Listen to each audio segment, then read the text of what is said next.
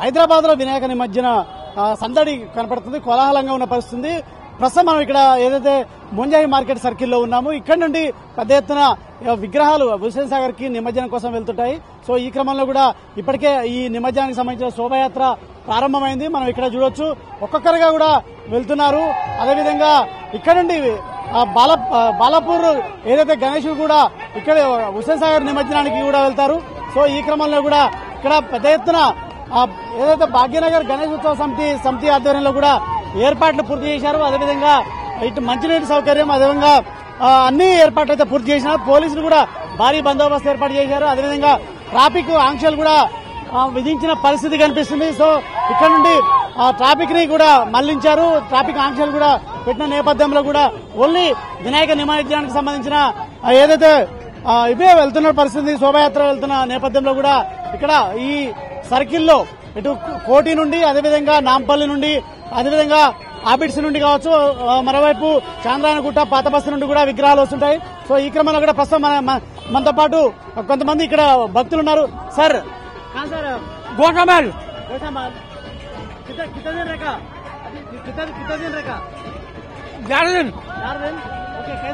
अच्छा मंची मंची इधर हुसैन सागर तक जा रहे हैं. हाँ ఓకే.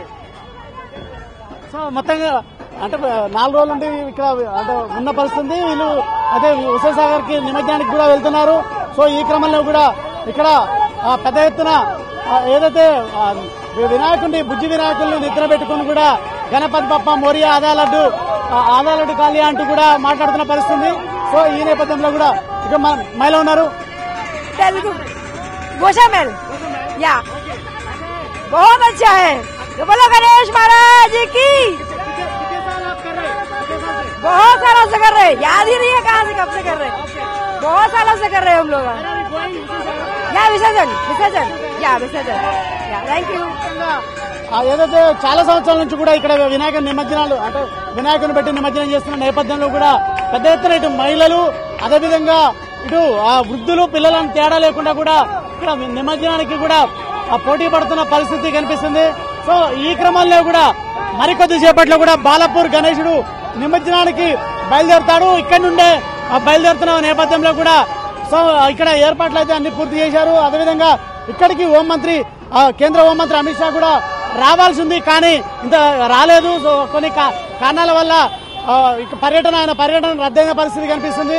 సో ఈ క్రమంలో కూడా ఇక్కడ మొత్తం కోలాహలంగా మారిన పరిస్థితి కనిపిస్తుంది. కోటి కావచ్చు, అదేవిధంగా ఆబిడ్స్ కావచ్చు, చాంద్రాయనగుట్ట, పాత బస్తీ, చార్మినార్ నుండి కూడా పెద్ద ఎత్తున కూడా విగ్రహాలు ఇక్కడికి తరలి వస్తాయి. ప్రస్తుతం మనతో పాటు భాగ్యనగర్ గణేష్ ఉత్సవ సమితికి సంబంధించిన రాజేందర్ పటేల్ ఉన్నారు. సో సార్ చెప్పండి, ఎలా ఉంది ఈ శోభాయాత్ర పరిస్థితి? ఇంకా స్టార్ట్ అయ్యి ఎంతసేపటి నుండి ప్రారంభం? భాగ్యనగర్ గణేష్ ఉత్సవ సమితిన 1980లో ఈ యొక్క సామూహిక నిమజ్జన కార్యక్రమాలు ప్రారంభం చేయడం జరిగింది. మరి ఈ సంవత్సరంలో ఇంకా భారీ ఎత్తున భాగ్యనగర్ గణేష్ ఉత్సవ సమితి ఏర్పాట్లు చేయడం జరిగింది.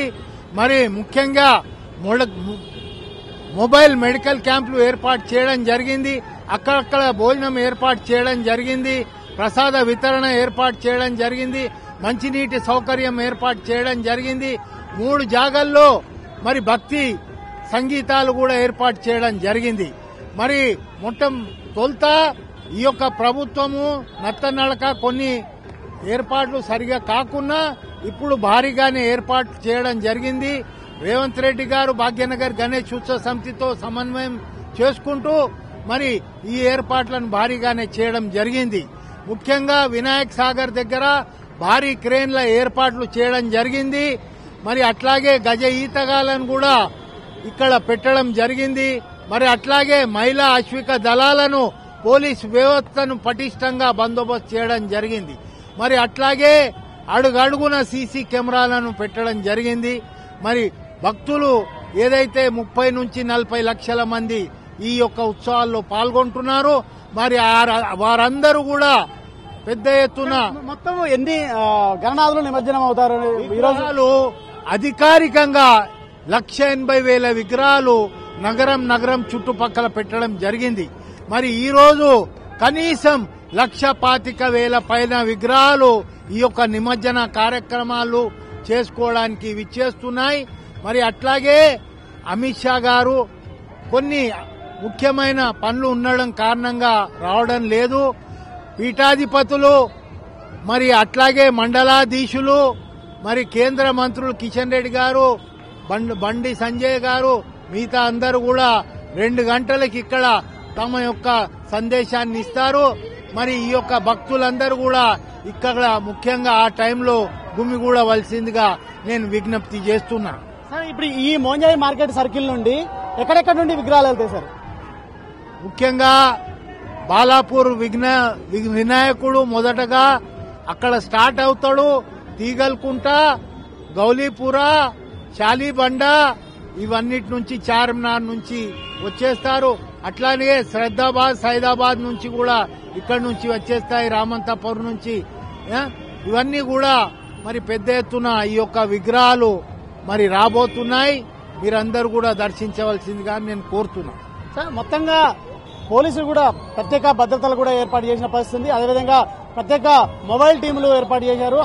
మహిళా అశ్వక దళాలు కూడా ఏర్పాటు చేసిన పరిస్థితి. ఎందుకంటే ఈవ్ టీజింగ్లు అదేవిధంగా పిక్ పాకెట్లు కూడా ఎక్కువ అవుతున్న నేపథ్యంలో కూడా అశ్వక దళాలు కూడా ఏర్పాటు చేసి మొత్తం ప్రత్యేకంగా ఏదైతే క్షుణ్ణంగా హైదరాబాద్ పరిసర ప్రాంతాలని పోలీసులు గాలిస్తున్నారు. మొత్తం ఈసారి అధికారికంగా 1,80,000 విగ్రహాలు ఈరోజు అంటే ఈసారి ఏర్పాటు చేశారని చెప్పేసి నిర్వాహకులు చెప్తున్నారు. మరొక వైపు ఈ రోజు ఈ ఒక్కరోజే 1,20,000 వరకు కూడా విగ్రహాలు నిమజ్జనం అవుతున్నాయని కూడా చెప్తున్న పరిస్థితి. సో ఈ క్రమంలో కూడా అన్ని ఎలాంటి ఇబ్బందులు తలెత్తకుండా ఏర్పాటు మెడికల్ క్యాంపులు కావచ్చు, అదేవిధంగా అన్ని మంచినీటి సౌకర్యంతో పాటు భక్తులకు ఎలాంటి ఇబ్బందులు కలగకుండా అన్ని సౌకర్యాలు ఏర్పాటు చేసినామని కూడా చెప్తున్న పరిస్థితి.